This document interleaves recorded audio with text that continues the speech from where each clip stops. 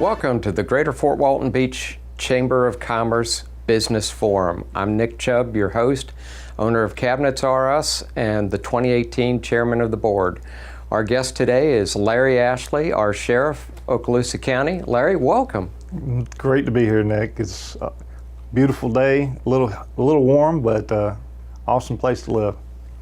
We have it live behind us. Traffic's flowing. Everything's looking good. The water looks very enjoyable right now.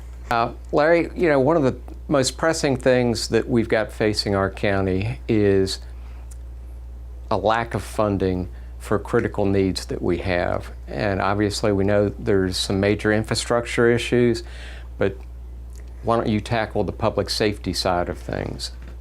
Well, Nick, our community has been blessed to continue to grow and grow and grow. And, we have a little over 205,000 permanent residents. That population continues to grow. Our tourist population has exploded since the BP in 2010. We've had record numbers of tourists ever since then. And that hasn't changed. What comes along with that, though, is we have record numbers of calls. We have record numbers of arrests. Literally, our jail has 560 beds, and we're at over 800 daily average. And something about this unique with our community, we are the lowest millage rate in the state of Florida. Nobody loves to pay taxes.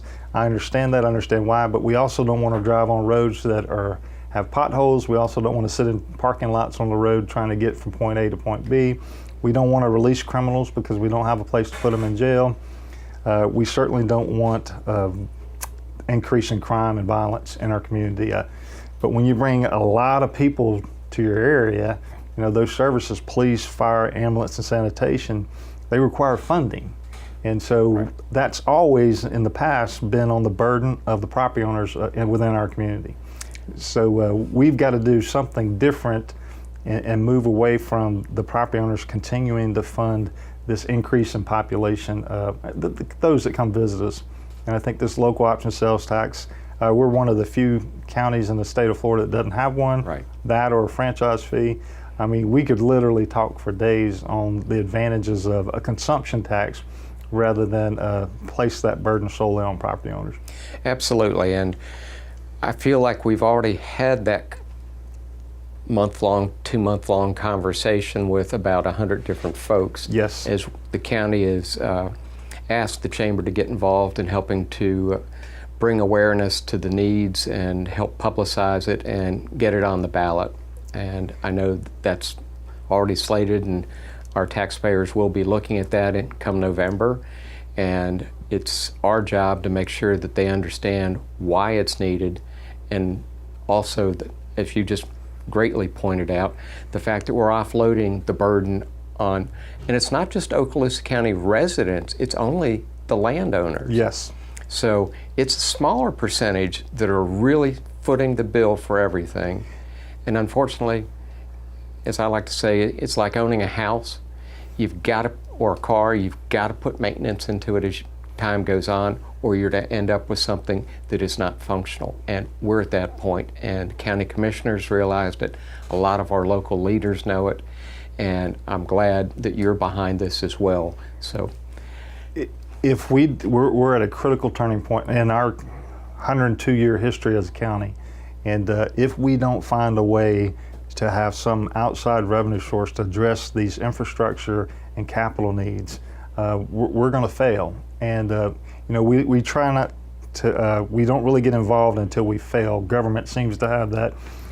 Well, I'll tell you that I sit on the governor's Marjorie Stoneman Public Safety Commission investigating the systemic failures in the Parkland shooting, where 17 kids lost their lives, and they couldn't communicate with one another. I mean, you literally had Coral Springs police officers, Broward County Sheriff's officers, fire department, and EMS crews that could not talk. The radio system shut down.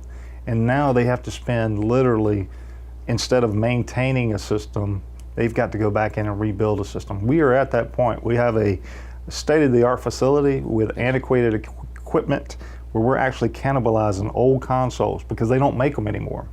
And so we either replace them and go to digital and off the VHF, UHF systems of old, because all these agencies around us are going digital. We're still UHF, VHF, right, and we can't communicate with them. So that team response, and police, fire, and ambulance is not there. So we're going to consolidate our communications, but we have got to go to a single system, a digital system, and we can't afford it. I mean, that's a $9 million project when you start talking about towers and consoles and digital systems. But if we don't, we will fail. And so I hope our citizens understand that there's no fluff in this. Matter of fact, the state legislators passed a law that requires a performance audit before you can even put Correct. A local option sales tax on the ballot to show that there's no other way to fund this. Well, I think another way, Larry, to look at some of this is, you pointed out we've got a 205,000 population, but it swells to 500,000.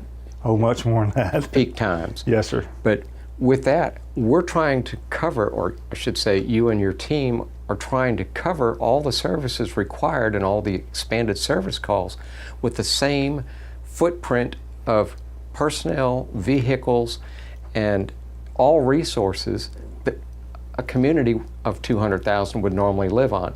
But it's no wonder we're taxed. It is. Well, I think there's a confusion. Some in our community believe that the bed tax is that tax, and if we just it takes just a little bit of explanation, and they finally say, "Wow, I didn't know that the bed tax doesn't go to government. That is a business tax. 2 cents of that is used to market to bring more folks here, and then 2 cents is used for beach renourishment and kind of sits in a reserve in the event we have a hurricane, and then 1 cent is used to maintain the conference center." But 0 of that bed tax goes for police, fire, ambulance, or sanitation.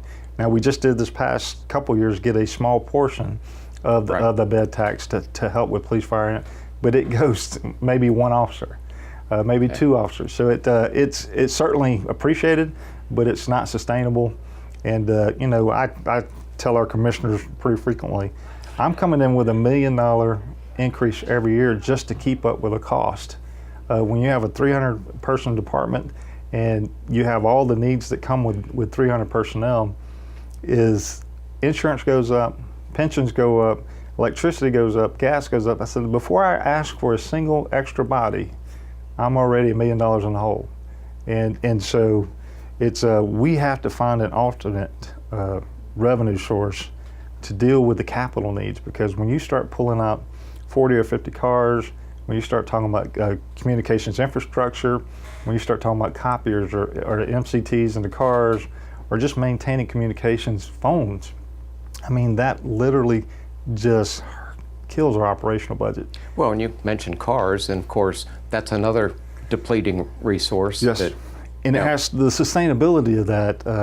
And we've looked at all kinds of study on it, take-home cars versus 24/7 cars. And every study we've looked at is take-home cars are not only just cheaper to maintain, but they're more efficient in that you have a much more rapid mobile force to address whether it's a hurricane or some civil defense issue.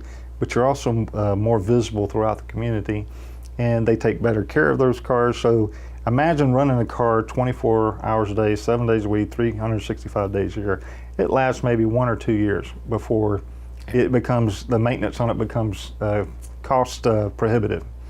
When you take those cars home and you give them some ownership in it, they take much better care of them. You can hold them accountable for changing the oil and how it's kept. So everything we look at, that's the best, most efficient, cheapest way to do it. But if you have 300 cars, or 400 cars, then you have to replace 50 cars a year to stay on a 6-year replacement plan. I don't know how many police cars you've seen over 6 years old, but they're literally putting 150, 200 miles a day on these vehicles, just responding to calls, and especially in our North District office. Everything past the bridge is about 450 square miles. Our county is 1,086 square miles. Right. And so, and on the southern end and even some in our north end, we have a lot of waterways that go unpatrolled. Yep. And a lot of issues that we're dealing with now on Crab Island, our intercoastal waterway, in some of the Choctawhatchee Bay and some bayous. But we in Okaloosa County are severely undermanned in law enforcement.